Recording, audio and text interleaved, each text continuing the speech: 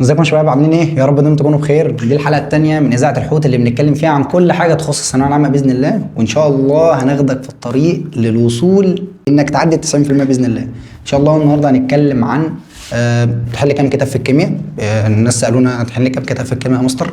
اول حاجه اهم كتابين تقدر تحلهم في الثانويه وتضمن ان انت تقفل باذن الله بنسبه كبيره: كتاب التفوق وكتاب مندليف. دول لا غنى عنهم في الثانويه العامه. دول لو انت مستواك من تحت المتوسط شويه فيما فوق بقى خلاص. يعني انت لو انت مش ميح خالص في الماده، يعني انت لو انت مش ميح خالص في الكيمياء، تمام، تلتزم بمين؟ بالمندليف والتفوق. دول كافيين جدا جدا جدا جدا جدا. طيب لو انت مستواك اقل شويه ممكن تجيب كتاب الوافي. يعني انت لو من مستواك اقل سنه يعني وفيما فوق برضه، يعني فاهمك، عشان مش معنى كده، مش معنى انت جبت الوافي ان انت كده وحش، يعني انت لا، كل الكتب تمام. يعني انت لو سواء دلوقتي اشتريت، انا عارف انت اشتريت كتاب كده، اشتريت الامتحان، اشتريت الوافي، اشتريت مندليف، اشتريت التفوق، كل الكتب ديت جميله وكل حاجه فيها زي الفل، كل الافكار موجوده فيها ان شاء الله تمام. هي بس كل اللي بيفرق الكتب عن بعضها صياغه السؤال. ممكن واحد يحل في مندليف والتفوق وممكن ما يقفلش، ايوه فعلا ممكن ما يقفلش، بل ممكن يشيل الماده كمان، او ممكن يدخل دور تاني فيها. ليه بقى؟ اولا كده الفكره مش في الكتاب نفسه، الفكره في طريقه الحل. دلوقتي انا بحل مثلا 100 سؤال، ال 100 سؤال دول لازم انا اطلع منهم، لو غلطت فيهم ب 70 سؤال مثلا يعني كده انا طلعت ب 70 معلومه جديده. طب ال 70 معلومه دول جداد، دول عرفتهم منين؟ مش هيفضلوا متخزنين في عقلي، لا، اشيلهم واروح حاططهم في كتاب الشرح اللي انا بذاكر منه.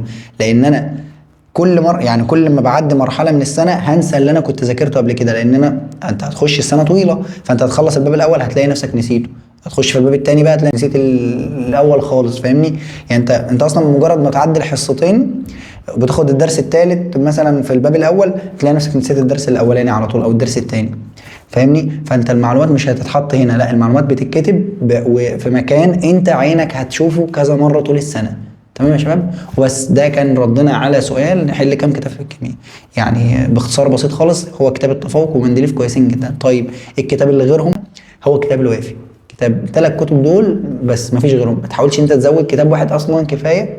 وزي ما قلت لك لو انت معاك كتاب واحد وعملت اللي انا بقول لك عليه دوت، يعني مثلا ايه، جاوب لك سؤال فكره معينه انت بتغلط فيها، غلطت فيها تمام وعرفتها، لا ما تسيبهاش تعدي، لا ما تسيبهاش، دي فكره انت عرفتها تمام، يعني دي فكره جديده انت عرفتها، تشيلها كده من مكانها كده وتروح حاططها بالسؤال بتاعها، تروح حاططها في كتاب الشرح اللي انت بتذاكر منه. ولازم اهم من كل ده ان انت تكون مثبت مصدر للشرح، بحيث ان انت لما كل مره ما تيجي تذاكر عشان امتحان او عشان مراجعه، لا، انت بترجع لنفس المكان اللي انت عينك اتعودت عليه. فانت في الامتحان ان شاء الله هتفتكر بعينيك اللي انت كنت شايفه في قلب الايه، في قلب الكتاب اللي انت كنت بتذاكر منه. عارف انت اللي هو في تفاصيل بسيطه كده زي اللي هي الهايلايت اللي انت كنت تعمله، اللون بتاع الكتاب، الحاجات اللي زي دي. اوعى تذاكر من مذكرات ابيض واسود والحاجات اللي هي بتتعمل في بعض المناطق دي. انا عارف ان في مدرسين بينزلوا مذكرات بجد قمه في العفانه تمام.